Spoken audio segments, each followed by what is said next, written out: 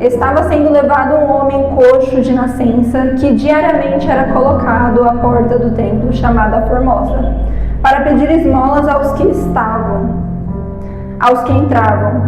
Quando ele viu Pedro e João que iam entrar no templo, pediu que lhe dessem uma esmola. Pedro, fitando-o juntamente com João, disse: olhe para nós.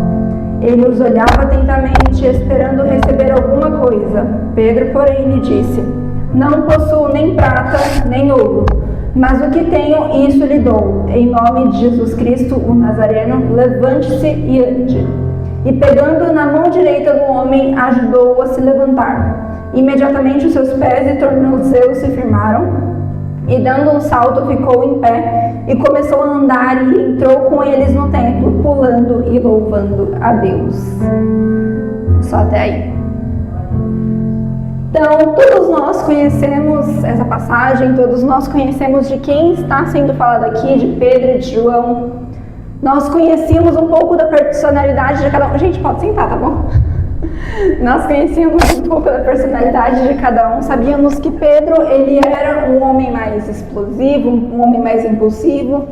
João, ele era um discípulo a quem Jesus amava, segundo ele próprio. E nós sabemos o que tinha acabado de acontecer no capítulo 2.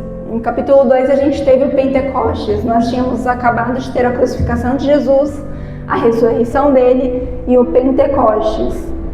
Então, durante esse período em que Jesus ele morreu, ele ressuscitou, Pedro e João eles poderiam ter optado por viver uma vida completamente diferente daquilo que o Senhor tinha para eles. Não é algo negociável para nós.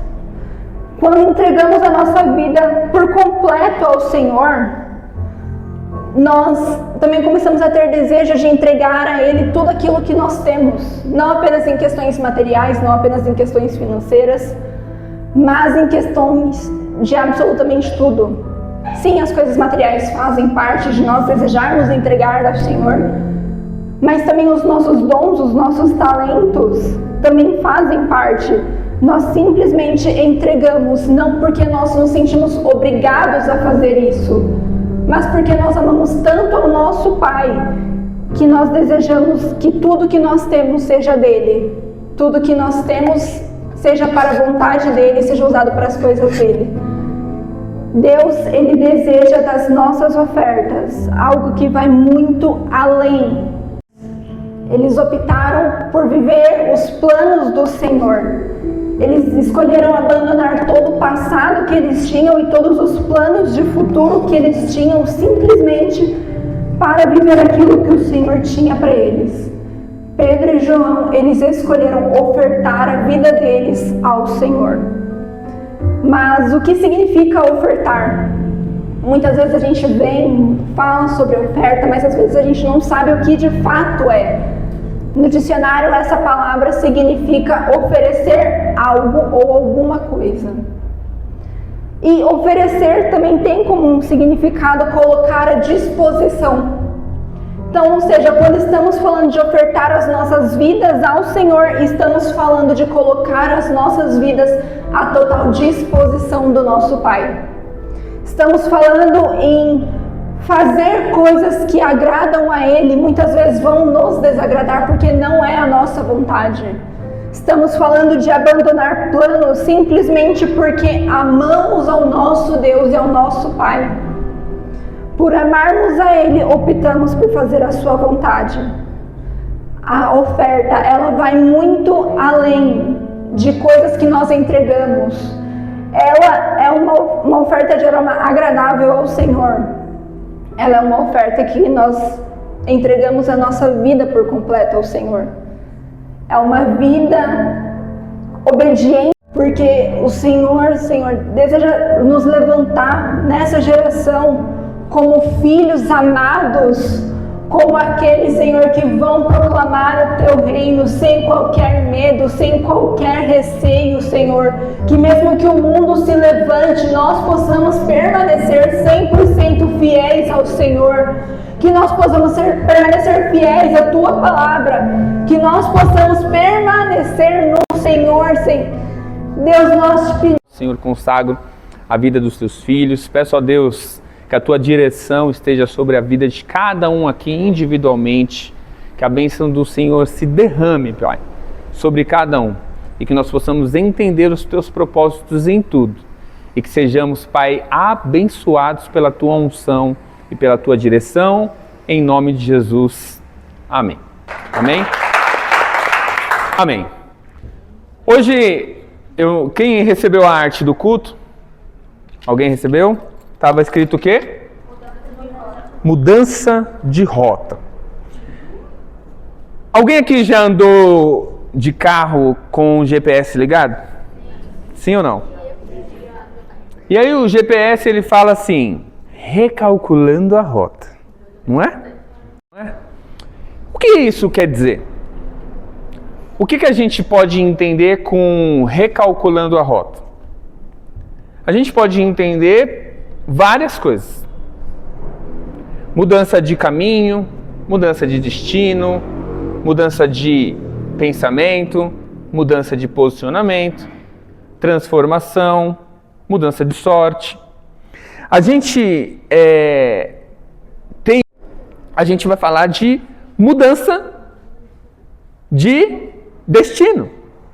Ou caminhar para um destino com uma rota diferente. Com a vontade do Senhor. A palavra em Provérbios, no capítulo 16, versículo 9, diz assim: o coração do homem traça o seu caminho, mas o Senhor lhe dirige os passos. Quantas das vezes a gente acha que tem um caminho para seguir, que o meu caminho é o caminho certo para eu perseguir, para eu caminhar e não desistir.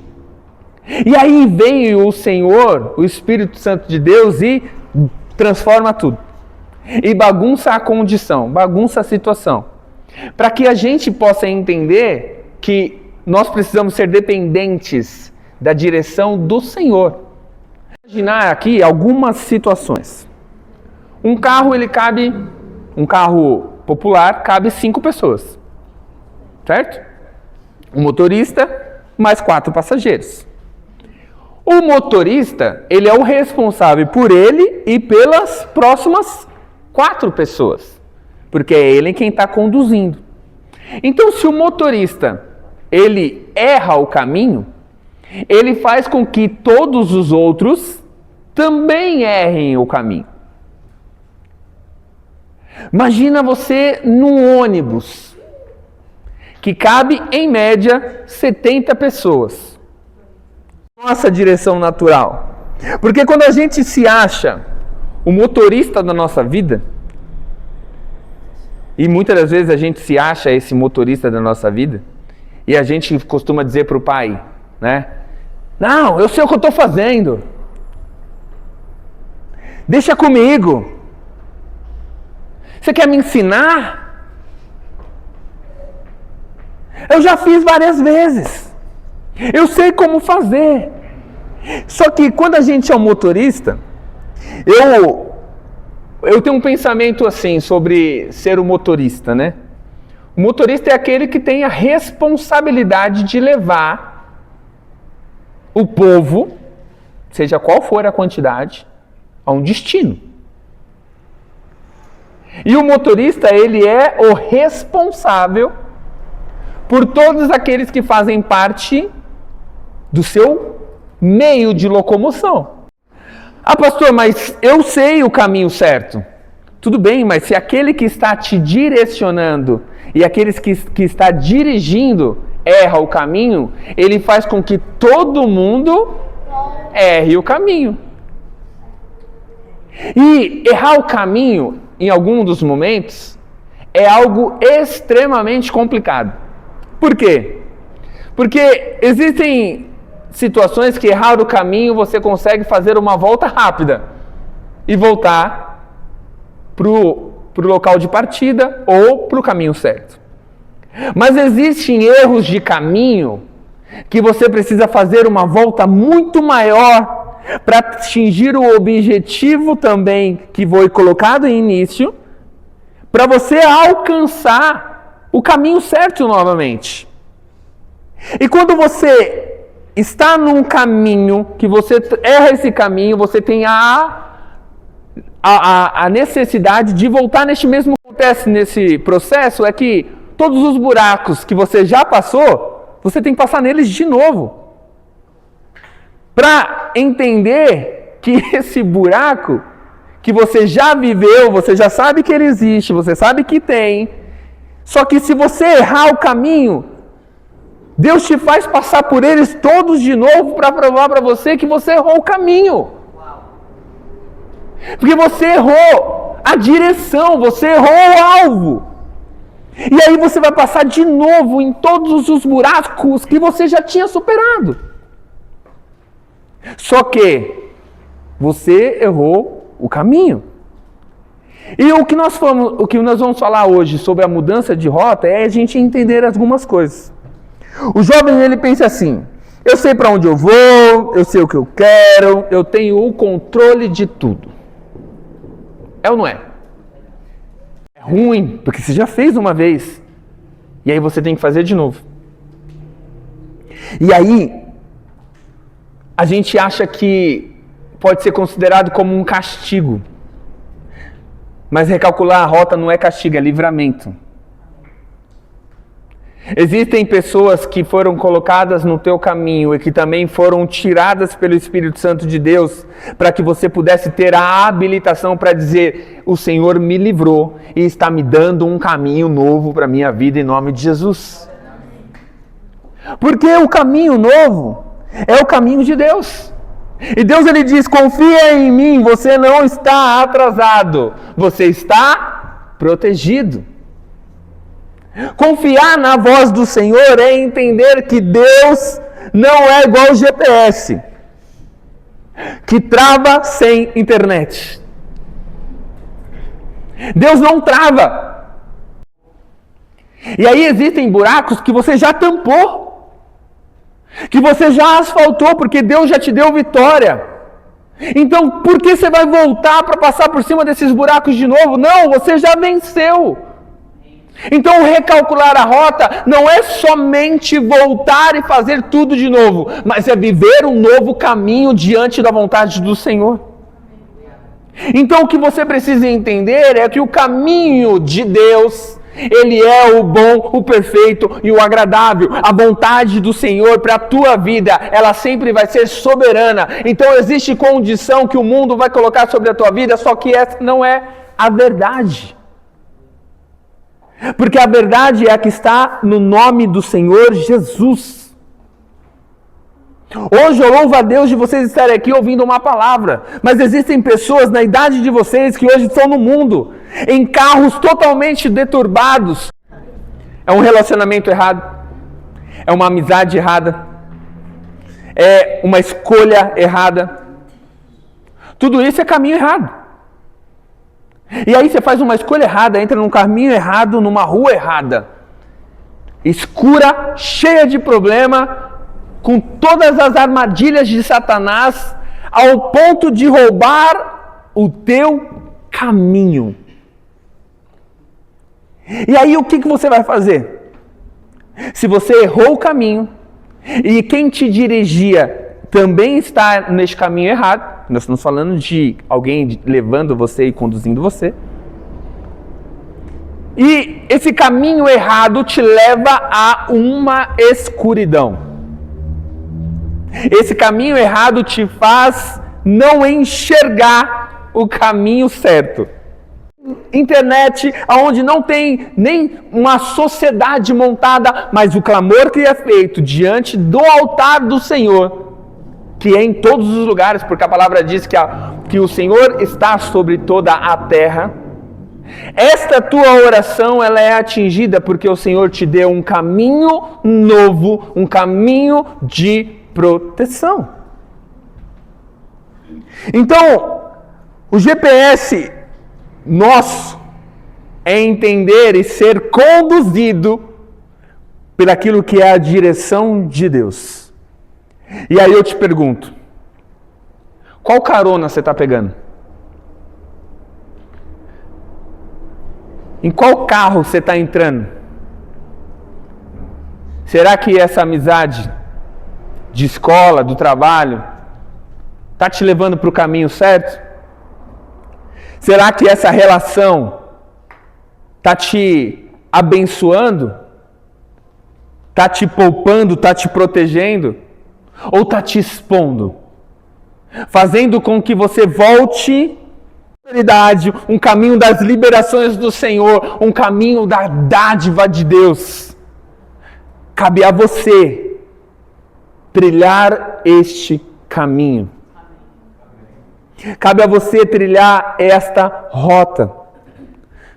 Recalcular a rota não é uma opção para quem está no mundo. Porque quem está no mundo precisa encontrar a rota. Porque já está perdido. Agora, para servo de Jesus Cristo, como nós, que estamos em alguns momentos vivendo algumas situações que se fala assim, meu Deus, por que isso acontece comigo? Eu tenho família cristã, eu venho de berço evangélico, por que acontece comigo?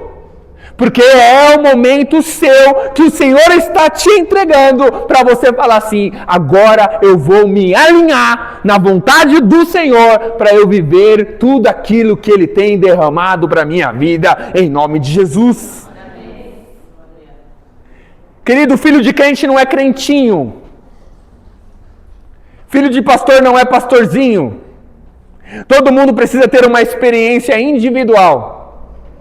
A minha experiência, ela é minha. A tua experiência você precisa buscar no Senhor. Cada um de vocês precisa ter uma experiência com Deus. Individualmente. Para entrar num caminho, na rota do Senhor. Seria muito bom se nós, como pais, tem alguns pais aqui, nós pudéssemos transferir toda a bênção que o Senhor já nos deu para os nossos filhos. Para ele que não sabe perguntar, que não consegue, ter a hombridade de falar assim, para onde que eu vou? Não é? A Bianca que falava para mim, você é cabeça dura, pergunta para onde vai, mano. Você quer fazer por conta própria? Às vezes eu discuto com o GPS. O GPS manda para ele, vai para lá. Eu falo, mas não é ali. Aí eu vou do meu jeito. Aí o GPS fala, recalculando a rota. Porque eu errei o caminho. O que a gente precisa entender? O que a gente precisa entender?